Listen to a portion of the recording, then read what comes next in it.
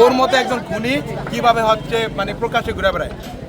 এই জন্য হচ্ছে আমরা প্রশাসনের সাথে ওরা তুলে দিচ্ছি, আইন আমাদের হাতে না নিই। থানার থেকে হচ্ছে আমরা পুলিশের সাথে তুলে দেওয়ার পরে এখন পর্যন্ত আমাদের কোনো আপনি জানেন তার এই থানায় মোহাম্মদপুর ইভেন হচ্ছে গুলশান থানায় ওর নামে মামলা আছে, এই থানায় মামলা নেই। আজকে বাংলাদেশ জাতীয় চিড়িয়াখানা আজকে বন্ধের দিন। এই চিড়িয়াখানা বন্ধের দিনে RS ফাহিম তার নিজের গাড়ি নিয়ে চিড়িয়াখানার মধ্যে প্রবেশ করে এবং একটা পর্যায়ে সে বিভিন্ন কন্টেন্ট শ্যুট করে ওইখানে।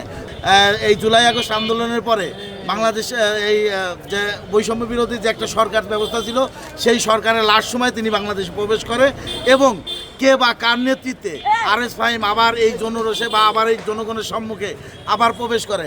আমরা বিগত দিনে দেখেছি যে বিএনপির কয়েকজন নেতাকর্মীদের নামে তাদের নাম জড়িয়ে RS ফাহিমরে নাকি তারা প্রবেশ করিয়েছে।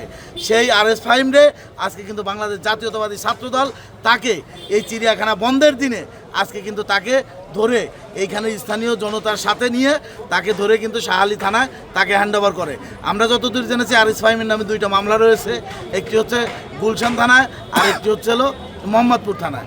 এবং সে বিভিন্ন নিউজ পোর্টালে আপনারা দেখবেন যে RS ফাহিম যে বৈষম্য বিরোধী আন্দোলনে সরাসরি যে সে ভূমিকায় ছিল, এই বিভিন্ন সময়ে বিভিন্ন কন্টেন্ট তৈরি করে মানুষের এই যে যারা আন্দোলনে ছিল সক্রিয়ভাবে তাদেরকে দমানোর জন্য, তাদের বিরুদ্ধে এই ছাত্র জনতাকে থামানোর জন্য বিভিন্ন সময় সে বিভিন্ন কন্টেন্ট তৈরি করত।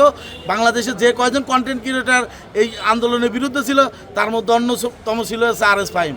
তিনি দেশের বাইরে পালিয়েছিল, হঠাৎ করে কোন পীরের বা কোন আউলিয়ার বশবর্তী হয়ে কার ইন্ধনে তিনি দেশে প্রবেশ করছেন, আবার তিনি এসে সেই আগের মতোই সেই